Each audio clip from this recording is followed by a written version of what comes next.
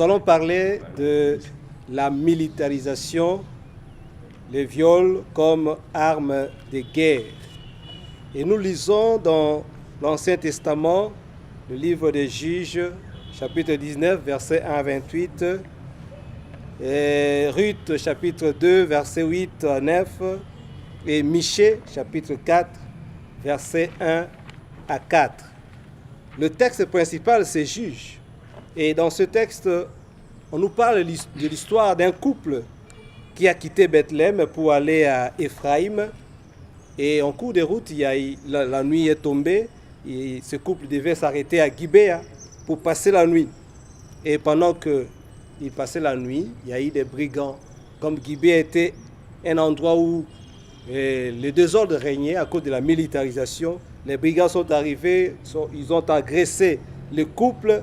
Et le mari, pour se protéger, il prit sa femme pour la donner à ces brigands.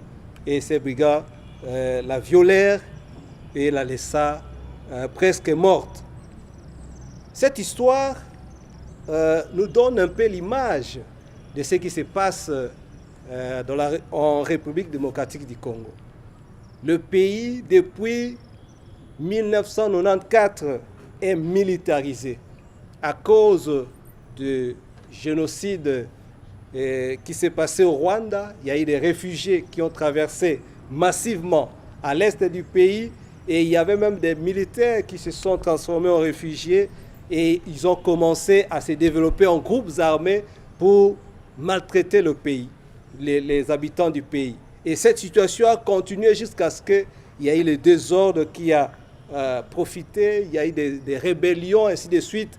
Et cela fait que le pays ne puisse pas être bien gouverné. On devient comme si on est dans la jungle. La loi de la jungle, c'est le désordre. Et il y a des femmes qui sont violées.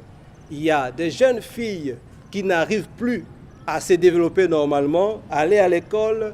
Il y a des jeunes garçons aussi qui fuient dans la forêt parce que lorsqu'on les attrape directement, ils sont intégrés dans l'armée. Il y a le phénomène enfants-soldats à cause de la militarisation. Mais le texte de Ruth nous montre plutôt une autre image. Un homme qui protège la femme, qui fait des faveurs à la femme. Vraiment très bon. Et nous pensons que la RDC a besoin de ces gens-là qui sont de bon cœur pour protéger la femme, les enfants, pour qu'ils puissent se développer et croître normalement. Nous voyons aussi dans le texte de Michée, c'est Dieu lui-même qui est le garant de l'amour, de la bonté.